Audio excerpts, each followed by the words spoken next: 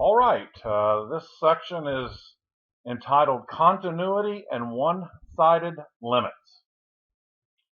So let's talk about what continuity is. First, we'll start out here with defining that a function is continuous at a point x equals c if the graph is unbroken at x equals c with no holes, jumps, or gaps, meaning that if you move right through the point at C without interruption, you are continuous at that point C.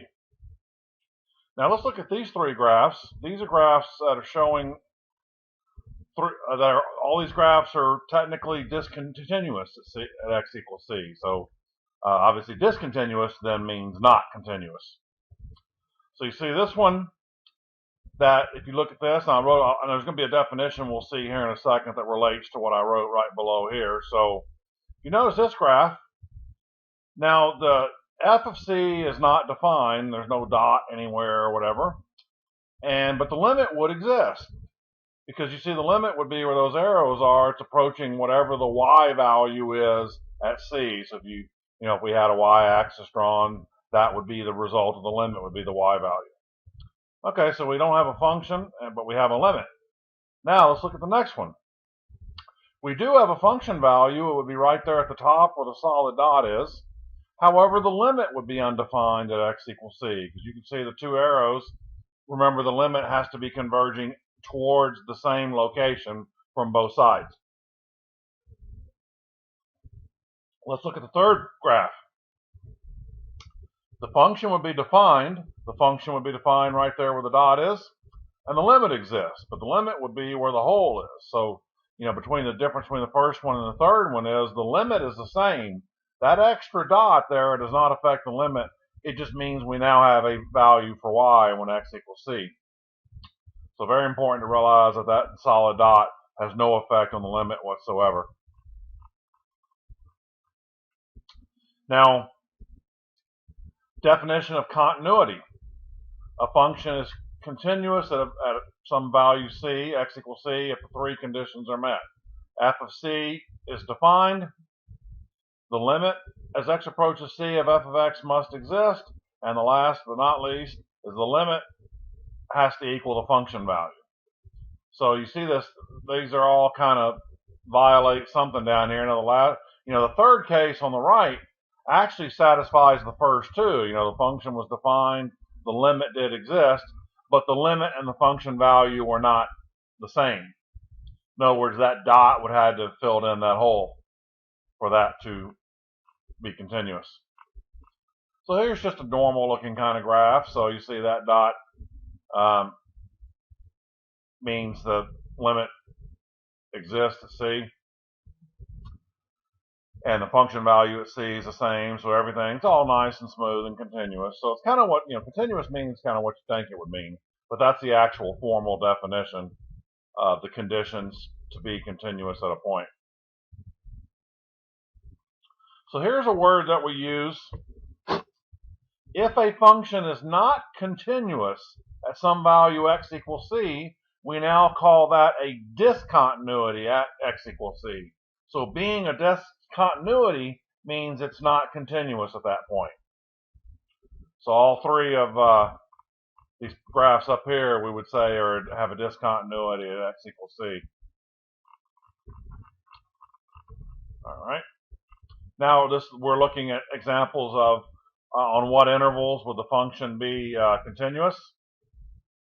Now there's several kind of ways you can express this answer. I mean, I'm not too picky about this. Other instructors might tell you to do it a certain way. They might say, oh, we want interval notation, like I've done down here, or the set builder notation. Well, anyway, when you have a rational function like this, the only thing that's going to make the function discontinuous, assuming you don't have rational means you have a polynomial over polynomial, is whatever makes the denominator 0. Because the numerator being 0 doesn't matter. It's whatever makes the bottom 0. That will be a discontinuity. So for this one, you take x squared minus 4. You can factor that out. I didn't actually factor it. I just solved it like this. But this, I want to make an important note here is that because sometimes students make mistakes on quiz and test problems because it's easy to say if you're trying to solve x squared equals 4, just kind of go, boom, x equals 2. You always have to remember the plus and minus. Very important. So I've seen that cause issues, and I'll probably, hit that hard, reiterate that in other videos and stuff where this comes up. So we have two discontinuities, plus and minus 2. So this, in words, this is just saying it's continuous everywhere. So the fact that, so basically we're saying that we're defining where it's continuous, but then that means those 2 points, based on the other definition, are called discontinuities. Now here's a little chain link interval notation where you're skipping -2 and +2, and this is called set builder notation. So we're saying it's continuous for all x such that x is not equal to plus and minus 2. All right. Now radicals. Even root radicals more specifically, that's the issue here, even root. Odd roots are not really a problem because you can take the odd root of a negative number. For example, the cube root of -8 would be -2. But we cannot take the even root of a negative number. The square root of -4 is undefined. The fourth root of -4 is undefined, at least in real numbers. So what you want to do, so we're trying to solve this as an inequality to where the value under the square root is at least 0, greater than or equal to 0. So I take 4 minus x greater than or equal to 0, and I move the 4 over, make it negative. I like to keep the variable on the left side. And I divide by -1. You may remember that property of inequalities, very important, that when you divide or multiply an inequality by a negative number, you must flip the direction of the arrow. So we would have x less than or equal to 4 would be where this graph is continuous. And you could always double check this real quick, couldn't you? Let's, put a number in our interval and see that it's okay. Like 0, for example. So this interval includes 0, so 0 better work. And it does. 4 minus 0, square root of 4, that's a real number. So here's interval notation, there's the set builder notation. So basically x is less than or equal to 4. Now, piecewise functions, that's what this is called. A piecewise function is a function that has different f of x equations based on different values of x. So this is telling you that f of x is defined as x squared minus 1 whenever x is less than 2. And then it's defined as 3x plus 5 if x is greater than or equal to 2. Now I graphed this, which is actually not necessary to solve this. I'll tell you the quick way to kind of get to the answer to this, but I just want to show you this is because it doesn't equal 2 there, so there'll be a hole. You put in 2 squared minus 1, that's why that's 3, and then you could plot a couple of values less than 2 and just kind of get it's a parabola sketch.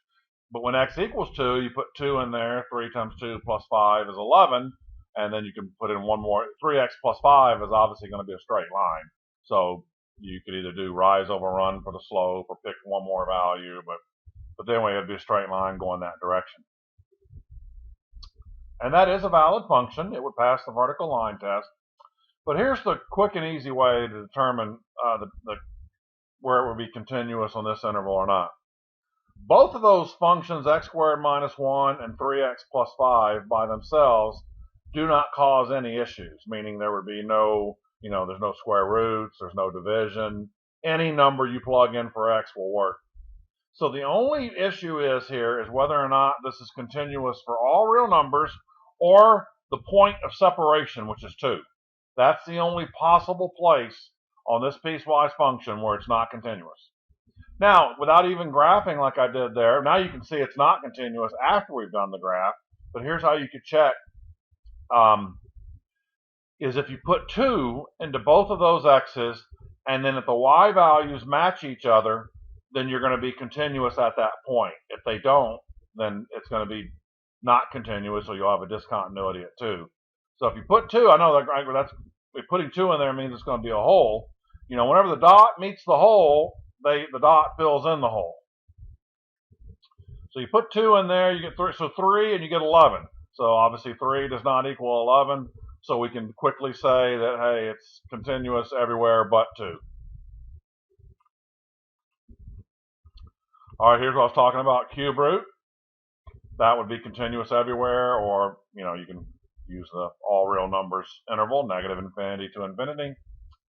And easy enough. The next one is kind of tricky, sort of, but because I have a fraction, so you are looking for values where you could possibly divide by 0. That's important. Earlier we had x squared minus 4, which produced plus and minus 2. But x squared plus 4, I didn't actually write it out here, so I'll just say it. You set that equal to 0, you're going to get no real solutions to that. X squared plus 4 can never be 0. So therefore, just because it has a fraction doesn't guarantee there'll be points of discontinuity. So this one's also continuous everywhere. Now, discontinuities will generally fall into 2 categories that are called removable and non-removable. A removable discontinuity, once you identify what the discontinuities are by looking for certain, the divide by 0 and all that kind of stuff. Now we won't have these kind of problems for radicals where you have interval answers. We're just looking for single numerical discontinuities, like plus and minus 2 or something. All right, it's real straightforward. Removable discontinuity means that the limit actually exists at the discontinuity, meaning the graph would just have a hole in it. So you see, as you approach from the left and the right, the limit would be where the hole is, regardless of whether that dot is. So this one had a dot, this one did not have a dot. Both of those are removable. Another way removable, I don't usually ask this on tests or anything, but removable means you could redefine the function as a piecewise function and make the dot fill the hole in, and then therefore it would be continuous. That's another thing with removable. But actually the simplest way is just whether or not the limit exists. A non-removable discontinuity means the limit would not exist. The two things that looking for a graph that separates like this. That's a non-removable discontinuity. Or like a vertical asymptote where they're just going to, actually even if the graph was going like that, that would still be a non-removable discontinuity. Because we're not including infinity in this. We're talking about, is the limit approaching a real number? So let's try some of these out.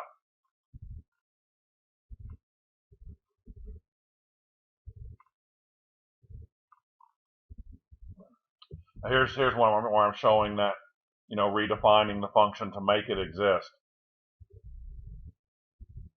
X squared minus 9 over x minus 3. So we talked about this in a previous video, but you cannot just cancel the x minus 3 from that original function. That would be wrong. If it's written this way, it's meant to be this way, but x is not defined at 3.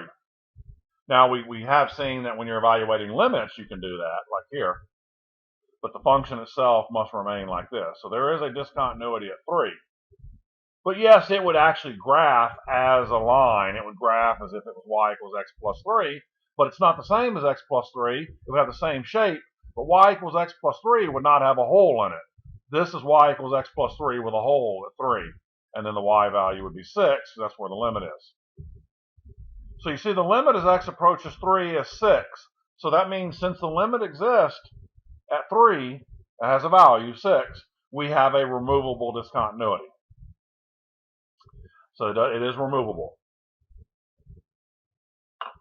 And what I was saying earlier there about the removable means that you could redefine this original function and add in a statement right here that, okay, there's a hole there, but we're saying, okay, when it's not 3, it's this, but what if we say if x equals 3, let y equal 6? In other words, you want to be that limit value. If it's that limit value, then the dot fills in, it's continuous everywhere. But like I said, I don't generally ask you to do that for testing purposes. But the fact that you can redefine this makes it removable. All right, so here's some examples looking to find the discontinuities, removable, non-removable.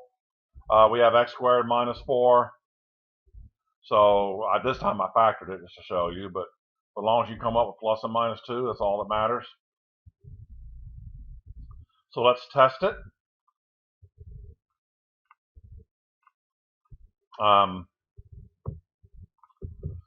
You evaluate this limit, you put -2, you plug it in there, you get -2 over 0. We learned in another section that anything non-zero over 0 does not exist. When you plug in +2, you get 2 over 0 does not exist. So since both those limits do not exist, that means we have both discontinuities are non-removable. Now, just for grins, I put the graph in there, and you can see they're going different directions. It's actually because there's a vertical asymptote here, 2 vertical asymptotes, so those would always be non-removable. So there's no rule of thumb on these when you have like two or more discontinuities. If you have 2 discontinuities, you could get one removable, one non-removable. We just both were non-removable here, and they could technically both be removable. So there's no like pattern you're looking for here or anything. You just test each of their limits. Or I guess you could look at the graph if you realize it that way too. But I would just do the limits just to be safe.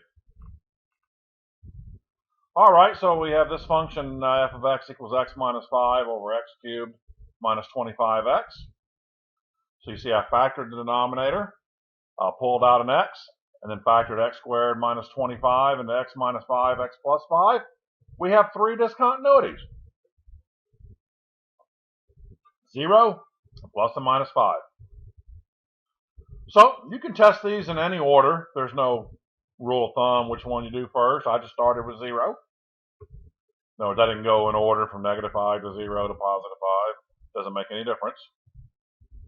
So now you can see that I can just factor this out, and I can, for limit purposes, now I can cancel the x minus 5. I could not in the original function, but I can for limits.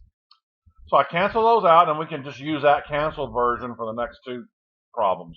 We don't have to do that you see I did that down here. Okay, so I put in 0, I got 1 on top, I get 1 over 0. Limit, I didn't put dne, but that means the limit is a dne, so you have a non-removable at x equals 0. I put in -5, I get 1 over 0 again. dne, limit-wise, dne, so we have another non-removable. But now look what happens.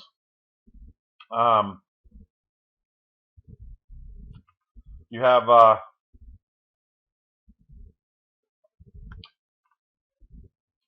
put in 5. Now you have 1 over 5 times 10. You have 1 over 50. Therefore, the limit exists, and it would be 1 over 50. Well, it's I just kind of drew where the hole would see, but 1 over 50 would be really difficult to show because of the scaling on the calculator. But there's a little hole out there somewhere. So that means since the limit exists, you have removable discontinuity.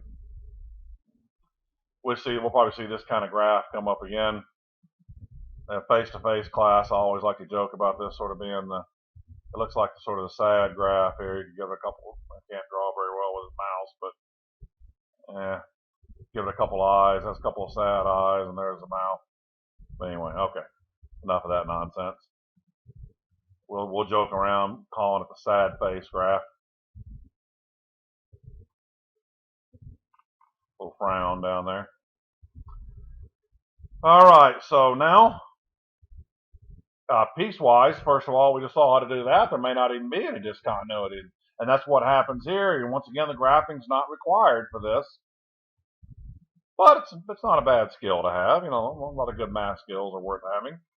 But basically, all you got to do is put in 1 into both these equations. You put in 1, you're going to get 1 for the top one. You put in 1, you'll get 1 for the bottom one. So that graph actually does connect, so you have no discontinuities at all. Now, one thing about the piecewise, most of the time they would be non-removable, but that's not always the case. Here's one where it's actually removable. Because a lot of times when you're piecewise, when they don't match up, when there's a discontinuity, most of the time, but it's not an absolute. Let me scroll back up here and show you. It's going to look like this. They're going to separate. But here's an actual exception to that. Now we had this graph, same function a little while ago, but now I'm saying when x equals 3, let y be 1. So it means it puts a dot right down there at the bottom. So that means we have because when you put in 3, well, you get 0 over 0. Anyway, it's definitely a discontinuity at 3 because x is, yeah, the fact that it says x is not equal to 3 makes it a discontinuity by definition versus saying less than or equal to or greater than or whatever. But yeah, that's automatically a discontinuity at 3. But if you check the limit, it would exist, so it's removable. So in other words, if I change that 1 to a 6, that dot hops right up and fills that hole right in there. All right, here's another piecewise. So this is more traditional piecewise here. So I guess basically anytime you have a combination of less than, greater than, stuff like that, those will be, if they don't connect, if there is a discontinuity, that will be removable. This is the kind that would be non-removable when it's a not equal and an equal. I'm not going to worry about putting problems that have multiple pieces. I don't know. I don't think I will. Maybe the third piece at the most, but most likely not. All right, so this one we definitely have a discontinuity at 0. You put 0 on the top when you get 3, 0 on the bottom when you get 0. The graph separates, so it's definitely a non-removable. The limit at 0 does not exist, but even then, you don't have to even go that far, but the graph does it. But then I just showed the picture. As you're approaching 0, you're hitting two different areas. Okay. Now we've pretty much talked about limits as if they're, and that's still true, what I call, for lack of a better term, a regular limit. When we just say limit, like x approaches 0 right there for this problem, that means dual-sided to both sides. They have to be approaching the same number from both sides. But what if we decided that we want to look at this as limits that do they approach a specific value from only one direction? Henceforth, that's the name one-sided limits, right-hand and left-hand limits.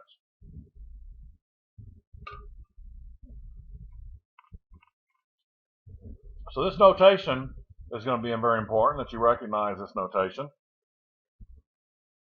That this plus, it's not really an exponent or anything like that. The minus, I've had people ask me if C was like -2 and there's a minus up there, does a minus cancel each other? No, nothing like that. They're just more like, they could have used, L and R for left and right. But the plus means coming from the positive direction, coming from the positive heading left. Meaning, so it's a right-hand limit.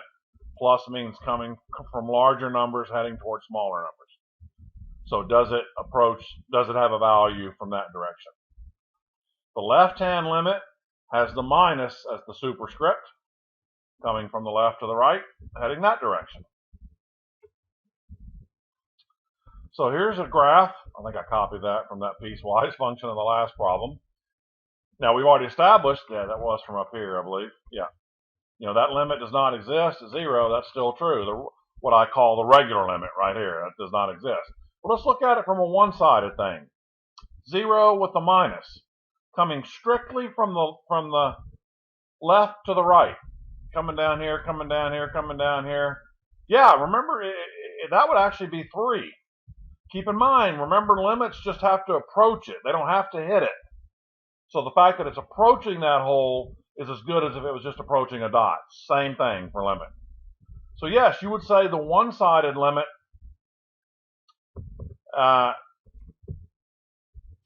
is 3. The left-hand limit is 3 because it's approaching 3 from the left. The right-hand limit coming this way is approaching 0 for y as x approaches 0 from the right side. Right to left is approaching 0. Now also just for practice here, throw in, what is f of 0? Of course, f of 0 would be where the dot is. Now we're about to see a definition here in a second, but I might as well tell you now. You're going to see kind of a relationship here between these. Notice that this regular limits D and E, and notice those one-sided limits have different answers. Well, that's going to sort of all connect here in a minute to a definition. So that'll be just right. That's what I was scrolling down to look for to see what's going on. But here's okay. So here's a graph where we've got a bunch of stuff going on. Let's see what's happening here. So the limit of f of x as x approaches 2 plus coming from the right to the left as we get close to 2. And like I said, you can I mentioned this in another video, my little sorry looking handmade graphs that aren't very good. You can assume that that will be an integer answer. In other words, it's not a trick or anything. Only calculated limits, will have answers that aren't integers. For a graph, I would make sure they were approaching an integer value. So that's 3 minus, coming from the left is 3, and then the regular limit would also be 3. They're approaching 3 from both the right and the left. So I bet you can already see now how this works in connection to what just happened here. I bet you can see that, hey, for the regular limit to exist, the right and the left-hand limit must be the same number. And that's exactly what we'll see here in a second. So, and f of 2 is undefined. I look up and down, I could have made it defined by putting a random dot in there somewhere, but I did not. So, therefore, undefined. All right, let's look over here to E. Now we're focusing on 6.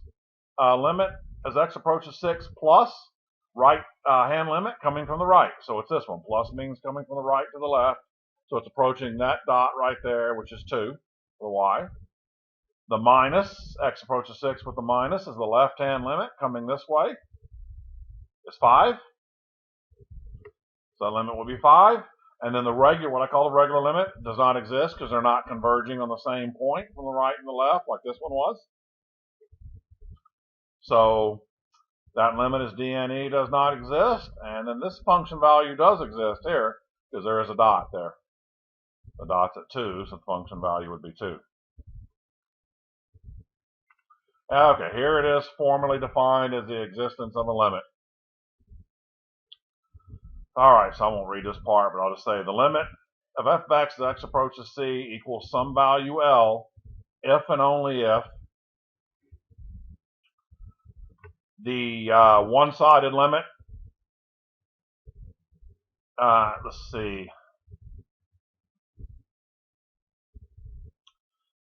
negative equals L, and then the positive, the right-hand limit equals L. So those both have to be the same value L for the regular limit then to also equal L.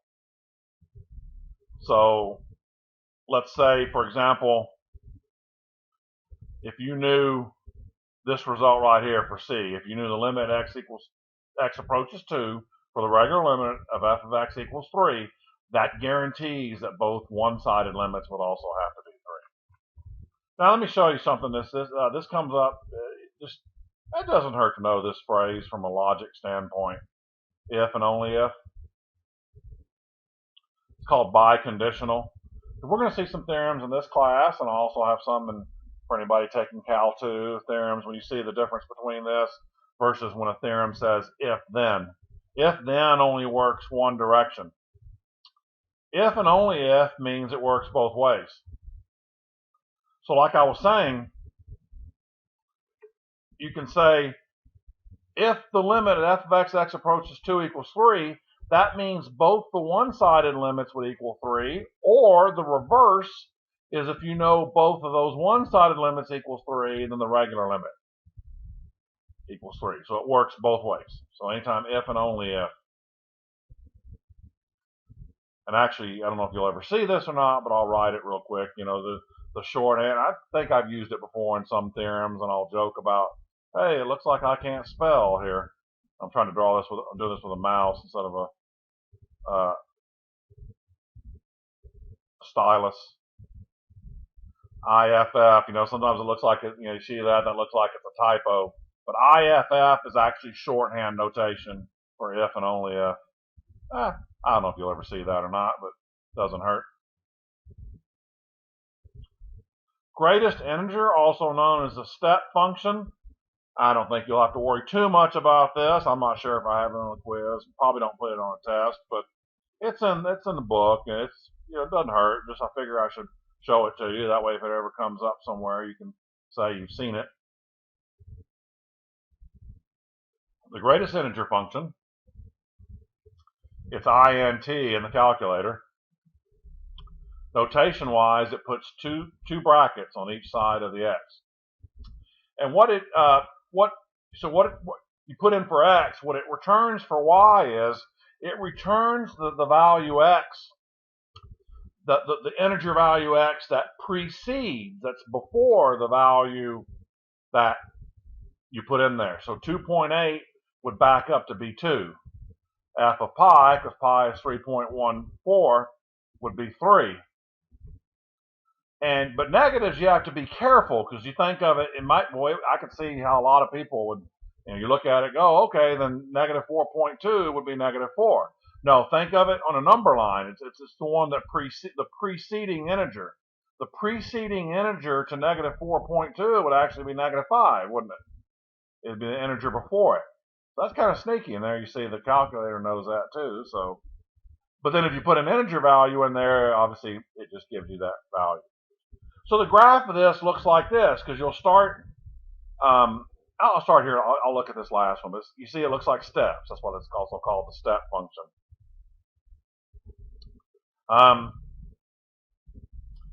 But let's say you put 2 in there for x. It puts 2 in there for y. And then all the way up to 2.999 forever, it'll give you 2 for y. As soon as you hit 3, it jumps up. So that's what's happening with the one below it here.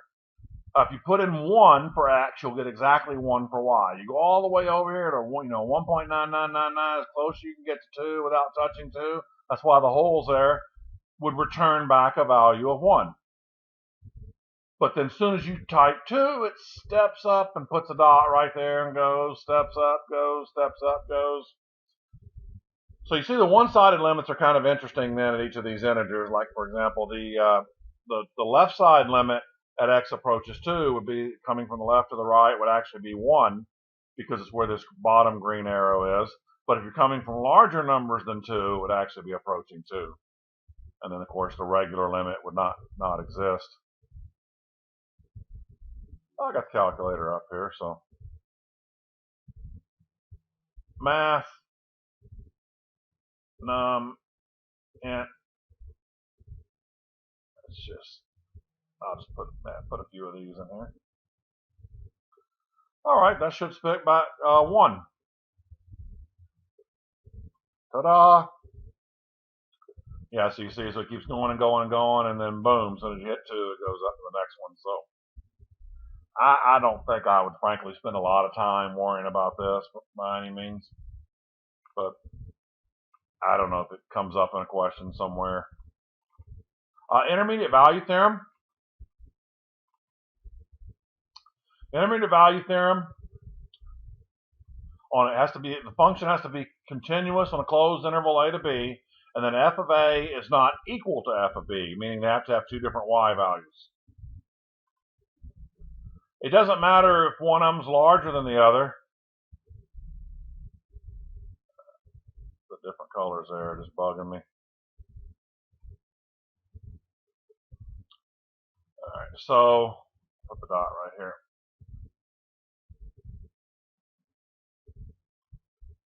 So you see this, the y values at a and b here are different numbers, and then here they're different numbers.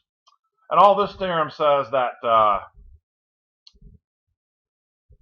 you are guaranteed to find at least one number.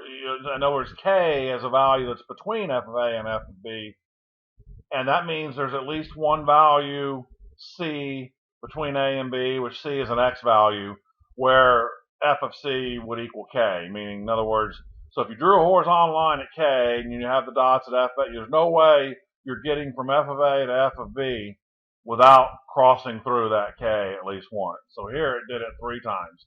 So there would be 3 values. And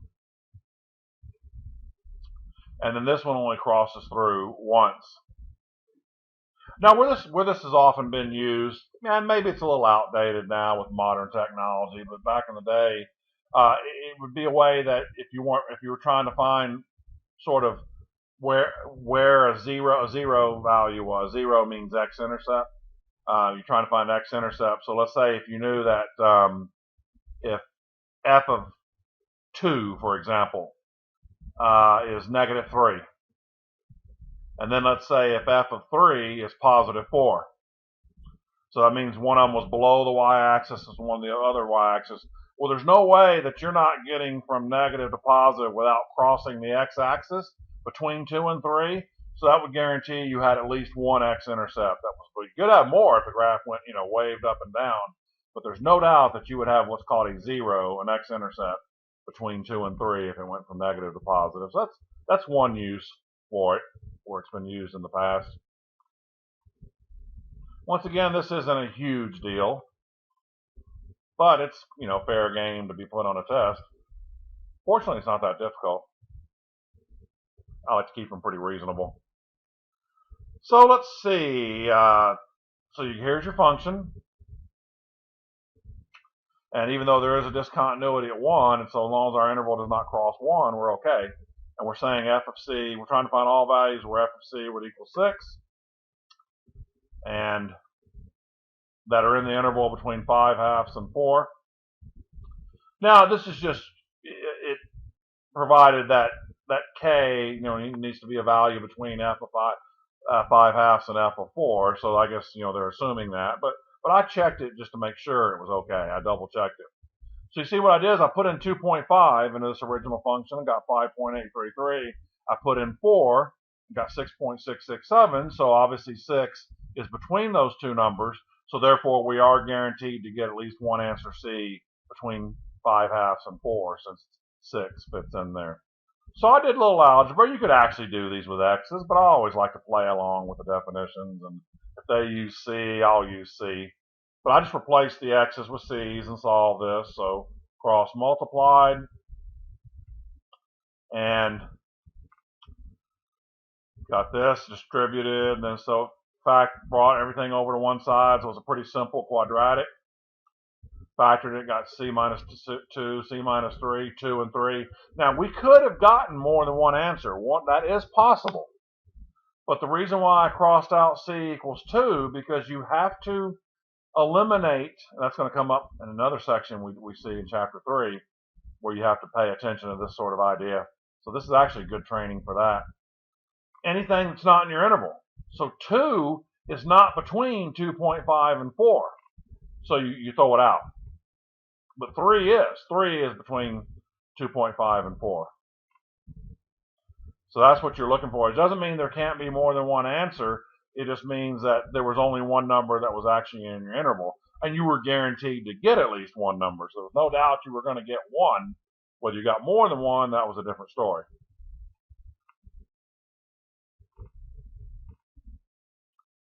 Now, let's see.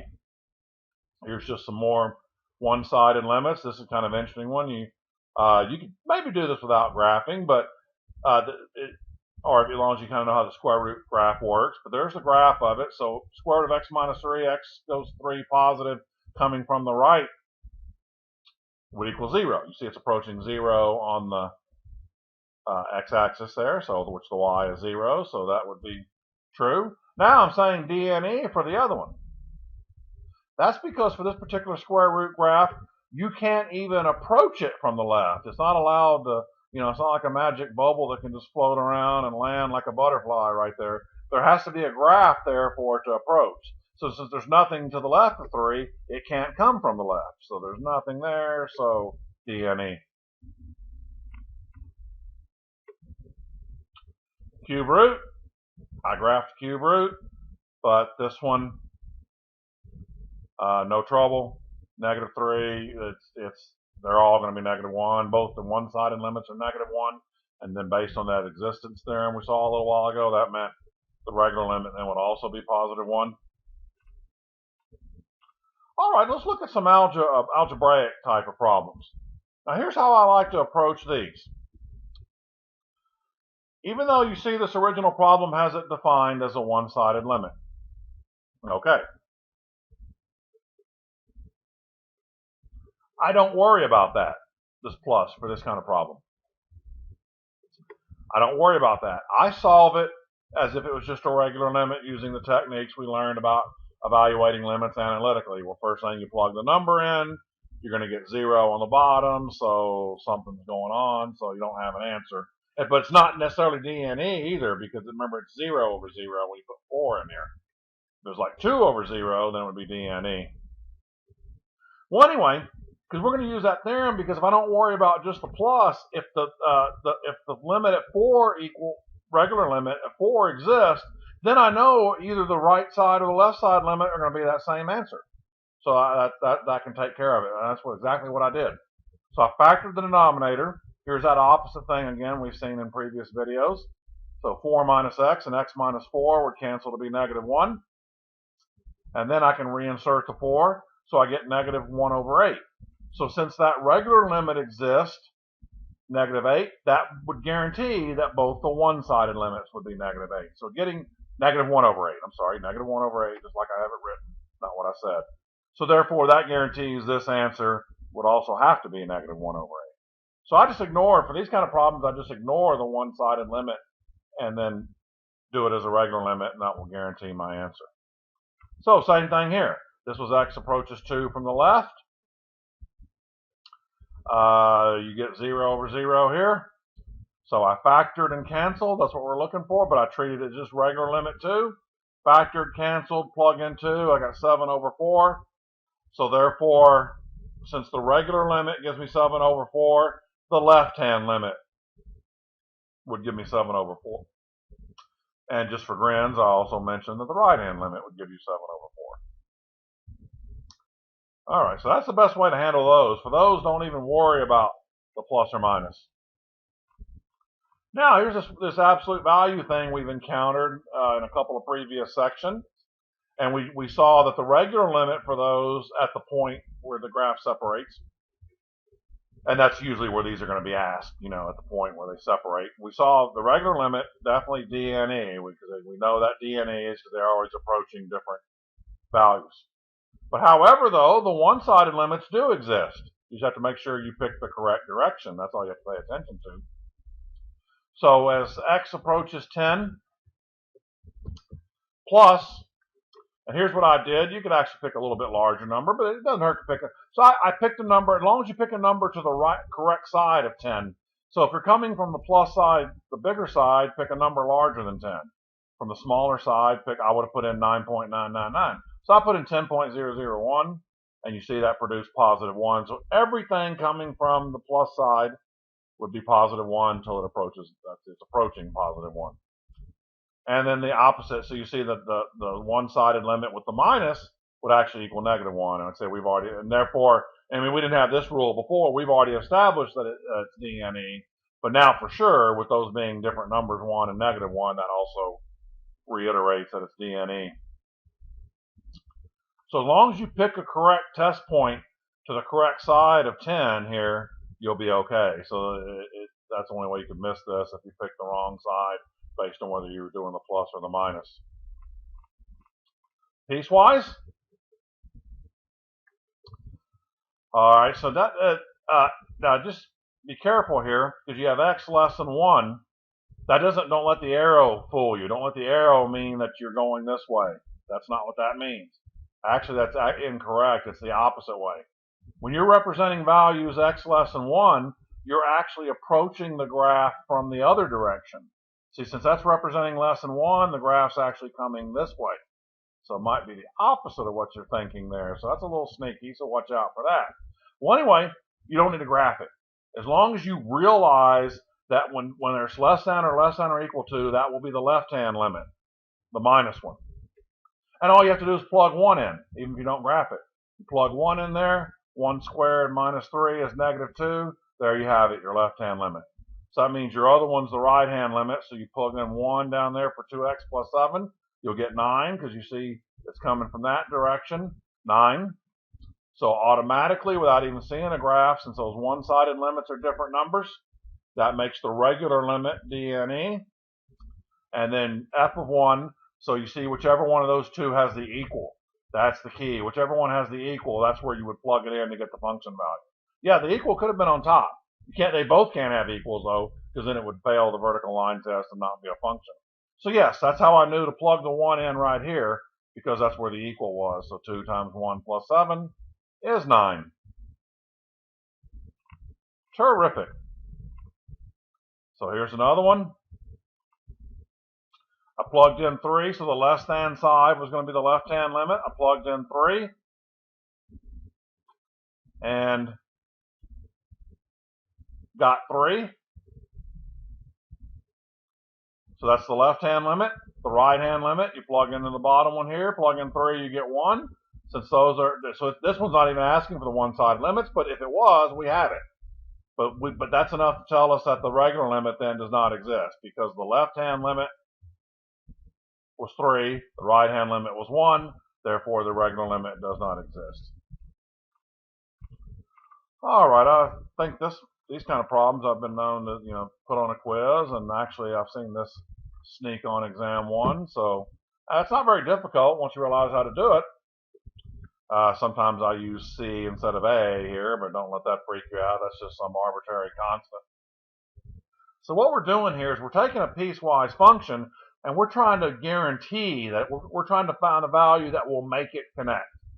Because remember, we talked about earlier, on these piecewise functions, they're either going to separate, and be discontinuous at that point, in this case 1, or they're going to connect, and then there'll be no discontinuity. So here we're trying to find the value where we're guaranteed it's going to be continuous, it's going to connect.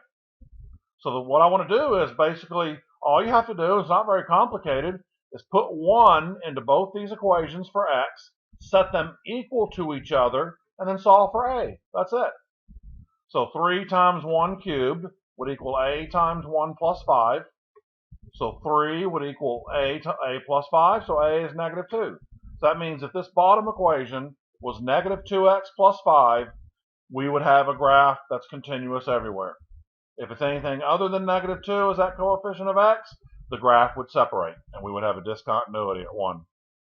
So you see, really, that's not too bad once you know how to do it. All right. Same thing here. I plug 4 into both of those for x and solve for a.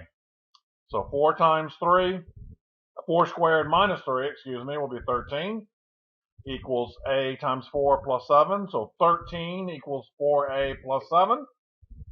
So move the 7 over, you get 6. So it's 6 divided by 4, which would then reduce to 3 halves.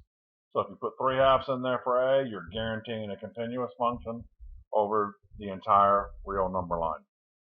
And that concludes the video on continuity and one-sided limits.